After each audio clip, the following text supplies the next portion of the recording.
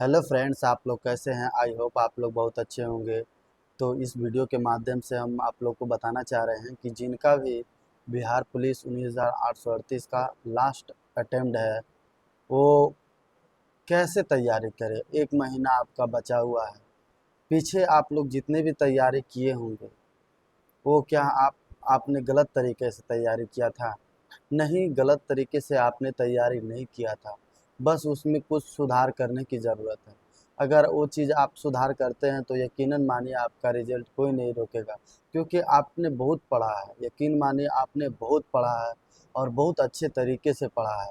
पर उसको आप पॉजिटिव करने की कोशिश करें। आप जहाँ पे हैं वो बॉर्डर लाइन है। आप यकीन मानिए कि बार बार उससे एक कदम आपका लड़खड़ाते हुए पीछे हो जा रहा है, आगे नहीं हो पा रहे हैं आप।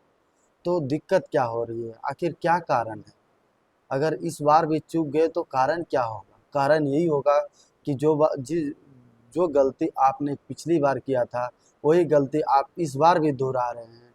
और यकीन मानिए कि इस बार आपका 10% और एफर्ट लगाना पड़ेगा, और या क्या 10% कम एफर्ट लगाने के बाद भी आप और मतलब उसी जगह पे रह गए, जिसके कारण नहीं हो पा रहा, नहीं हो पाएगा आपका।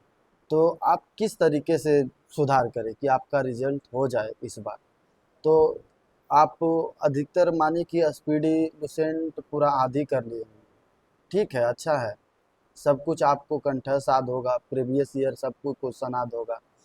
पर फिर भी आपको डर लग रहा होगा कि कहीं न कहीं पीछे बार छटे तो इस बार भी तो नहीं छट जाएँगे। क्या है कि इतना अच्छे स्कोर करने के बाद भी दिक्कत हो जा रहा है, रिजल्ट क्यों नहीं हुआ? आपको बिलीव नहीं हो रहा होगा कि हमारा जो 21,391 में रिजल्ट कैसे नहीं हुआ, क्यों नहीं रिजल्ट हुआ? होना चाहिए था, पर इस बार ना हो, यही गलती ना दोहराए, यही हम इस वीडियो में जानकारी देना चाह रहे हैं। तो जो भी स्टूडेंट हैं, वो एक इम्पोर्टेंट पहलू पे ध्यान दें।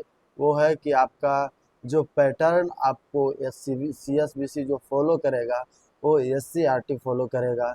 यकीनन मानिए कि उसमें इतने छोटे छोटे क्वेश्चन और इतने बड़े बड़े क्वेश्चन और ऐसे मॉडरेट क्वेश्चन और इजी क्वेश्चन रहेंगे उसमें, कि जो आपको देख के आश्चर्यचकित रहिएगा कि ये सब क्वेश्चन हमसे बनना चाहिए पर नहीं बना। क्यों नहीं बना? क्योंकि आपने उस सब्जेक्ट, उस चैप्टर को और उस बुक को आपने नहीं पढ़ा, जिसके कारण आपका नहीं बन पाया।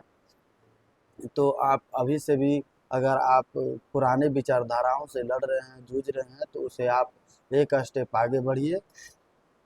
आगे बढ़ के आप NCERT, एनसीईआरटी या एससीईआरटी दोनों एक ही है। आप अगर एससीईआरटी नहीं मिल रहा तो एनसीईआरटी को पढ़े, आपका कोई दिक्कत नहीं होगा। और उसका एग्जाम्पलर, जितने भी एग्जाम्पलर हर एक चैप्टर का जो है आप देखिए। कि अगर हम एक, जैसे आप उत्तर की पढ़े तो उसका आप क्वेश्चन लगाइए, क्वेश्चन देखिए कि क्या हमसे कैसा कैसा उसमें क्वेश्चन पूछा गया है।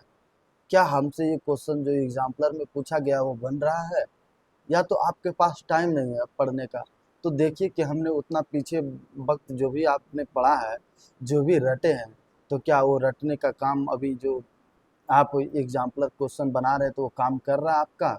क्या हार्ड हार्ड क्वेश्चन आपसे बन रहा है? क्या नॉर्मल क्वेश्चन आपको समझ में आ रहा है कि ये क्वेश्चन हमने कभी पढ़ा है या कभी रटा है? या चार ऑप्शन में आप कंफ्यूजन में उसमें भी फंस रहे एग्जाम्पलर में भी? तो ये सब सुधार कीजिए। आप एक महीने जो है आर्ट्स और साइंस का दोनों का एग्जाम्पलर देखिए और उसको बेहतरीन ढंग से सुधार करने की कोशिश कीजिए। और हिंदी में 10 में 10 नंबर ला। और इन मैथ में आप लोग का मैथ भी ठीक ही होगा। आप लोग बहुत दिन से तैयारी कर रहे होंगे, जो पीछे वाले स्टूडेंट है, जो जिनका 21,000 में भी नहीं हो पाया, किसी कारणवश नहीं हो पाया, तो उनका मैथ भी ठीक होगा। एक से दो क्वेश्चन छोड़ के आपसे मैथ तो बनेगा ही बनेगा। एक से दो क्वेश्चन की ऐसा प्रायिकता वाला ऐसा क्वेश्चन पूछ देता है जिससे आपको लगेगा कि इसमें ज़्यादा टाइम लग जाएगा, कुछ समझ में भी नहीं आ रहा है कि कैसे। नॉर्मल नहीं पूछता है, मॉडरेट ही पूछ दिया था प्रायिकता का। नॉर्मल भी पूछ सकता है, ऐसा कोई बात नहीं है। तो मैथ का और हिंदी का, साइंस का, इसी तरह से आप हर एक पहलू पे ध्यान दीजिए और SCRT लेवल को आप पकड़ के चलिए। अगर आप पुराने विचारधारा से जूझ रहे हैं तो उसे नए विचारधारा में अपने बदलिए, कोई दिक्कत नहीं है। अभी से भी आप कर सकते हैं। एक महीना आप एग्जाम्पलर बुक को पकड़िए। और क्योंकि आपको पीछे तो स्पीडी लुसेंट पढ़े ही होंगे, बहुत सारी जानकारियाँ होगी, और कुछ 20 से 30% एक्स्ट्रा जो नॉलेज है आप ग्रहण करें एनसीईआरटी से। छोटे छोटे क्वेश्चन को आप देखिए, ध्यान से गौर से देखें और उसको समझे कि क्या क्वेश्चन इसमें है। और क्योंकि ऐसा ऐसा क्वेश्चन पूछेगा, इतना छोटा छोटा क्वेश्चन जो आपका एकदम मान लीजिए गलती से भी सही नहीं हो पाएगा वो सब क्वेश्चन। ऐसा ऐसा छोटा छोटा क्वेश्चन पूछता है, आप गलत मार दीजिएगा, आपको 100% लगेगा कि ये सही ही सही क्वेश्चन है आपका। ये हमारा एक क्वेश्चन तो 1 नंबर तो मिलेगा ही मिलेगा, मगर यकीनन मानिए वो क्वेश्चन गलत हो गया, वो आपका क्वेश्चन जो है आंसर ही गलत हो गया। आप मारे कुछ और, आंसर होगा कुछ और। ऐसा ऐसा रहता है, हमने भी देखा है, एग्ज़ाम दिया है। ऐसे ऐसे रहता है कि जिस पे आपको 100% कन्फर्म है कि ये आपका होगा, और आपका अगर मान लीजिए आंसर शीट दे रहा है तो देखिएगा कि आपका एकदम माथा ठोक दीजिएगा कि ये गलती नहीं होना चाहिए, पता नहीं ये चीज़ पूछ रहा था, हम इसको काहे ला मार दिए। ऐसा ऐसा होता है स्थिति। तो आप अधिक से अधिक निगेटिव ना लें एग्ज़ाम में, है ना। एक एक क्वेश्चन आपके पास टाइम रहता है, एक एक क्वेश्चन को सोच के समझ के आप सही करें, और उस पर टाइम दे के क्वेश्चन क्या पूछ रहा है, हमको क्या सही लगाना है, कौन सा ऑप्शन सबसे पहले छाटिए कि कौन सा ऑप्शन जो है ये गलत है, ये तो होना ही नहीं चाहिए था। एक बार बेहतरीन ढंग से क्वेश्चन को पढ़िए और 4 ऑप्शन को देखिए और शिद्दत से आप क्वेश्चन को लगाने की कोशिश कीजिए, आपका 100% सही होगा। तो ठीक है, अगर आपको वीडियो इंफॉर्मेटिव लग रहा हो तो लाइक शेयर और सब्सक्राइब कर दें। इसी तरह से हम छोटी छोटी जानकारी आपको देते रहेंगे जिससे आपको एग्ज़ाम में बैठते ही आपको बेनिफिट अनुभव हो। तो ठीक है, मिलते हैं नेक्स्ट वीडियो में, तब तक के लिए थैंक यू, धन्यवाद।